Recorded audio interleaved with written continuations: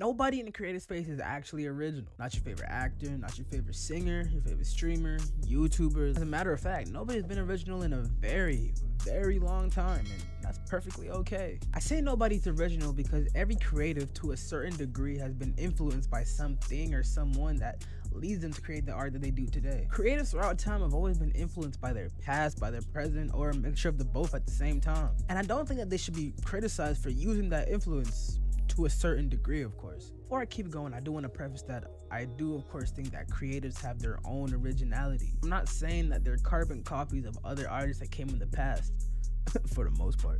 But I am saying, though, that these influences being displayed in their art shouldn't be seen as a downside as much as they actually are. I'm going to give you an example of this. For the first example, we're going to use Trippie Redd. Not too long ago, Trippie Redd released his project Mansion Music, with a large portion of the songs having glow-type beats. Now, you might be asking yourself, what is a glow-type beat? The most common characteristics for a glow-type beat would be grand, mesmerizing horns in the background, perhaps. You know, the 808 is going to be knocking. Like, when you hear a glow-type beat, it feels like you can just run through a wall full speed with zero consequences. And this sound, for the better half of the year, maybe the past 2 years, has been gaining a lot of popularity, not just with Trippie Redd using it, but you got rappers like Summers using it on his past project, Fallen Raven. Almost the first half of the whole project had the glow type hard sound. And to keep it a buck with you, there's only one person that we could really hold responsible for this urge and this surge in glow type mesmerizing beats, and that's the one almighty Chief Sosa. Chief Keef has been using this sound since early 2013. If you're a fan of hip-hop, then you know about the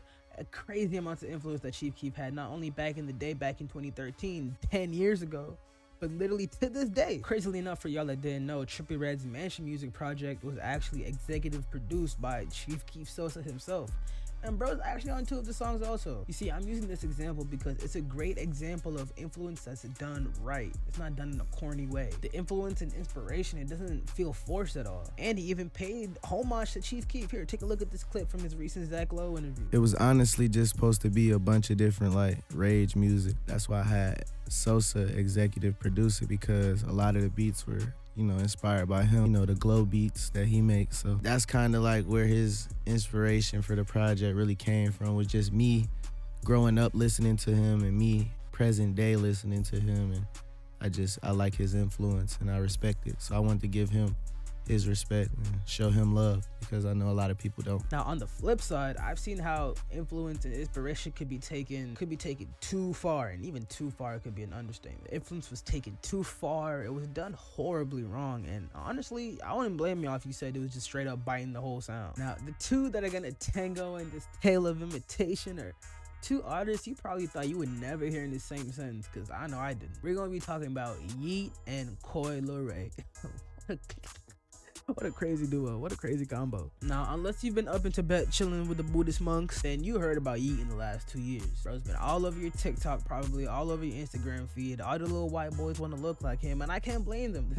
bro crazy. His music go hard. And I would say, as somebody who does listen to a lot of Yeat, that it's pretty identifiable when you can hear a Yeat song, or Yeat influence at least. His beats always tend to have a trippy, alien, synthetic type of feel to them. And don't even get me started on bro lingo. He be talking about the Twizzies and the Tonkas and the Schmonkas and the Crankies and the all that other shit, but it's him at the end of the day. And then on the other side, we have Miss Coi Leray. Now, Coi Leray is not new to fame at all. I have personally first heard of her when she was dating Trippie Redd back in 2018, but since then they have broken up, and she's actually transitioned herself to a full-fledged on music career. And I actually do fuck with a couple of Coi Leray songs, like of course No More Parties. I would say that's one of her biggest ones.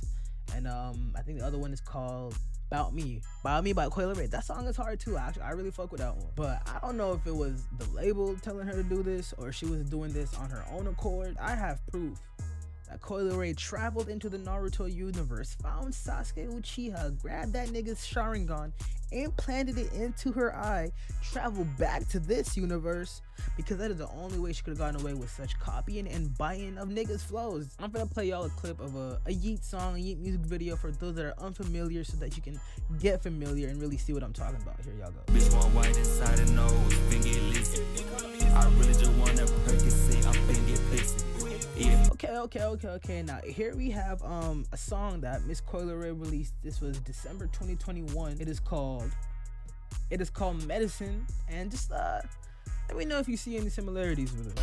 Yeah, bitch, I need a medic. I'm so sick.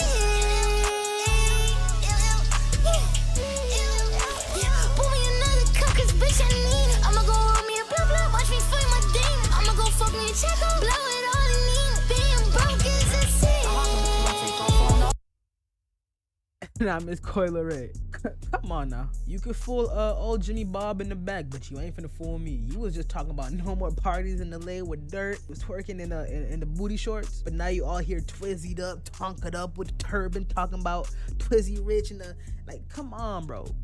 We see it for what it is, and I'm not even. This is not even a diss to Coil Ray, cause I like Coil Ray. This right here, this move, this song, corny. I just gotta be 100. Look, all I'm saying is for people not to confuse influence and inspiration from those around them to niggas actually just stealing the whole other person's sound. Like throughout time, there's always been inspiration and influence. Like Michael Jackson was influenced by Bobby Brown. Bobby Brown? Who am I?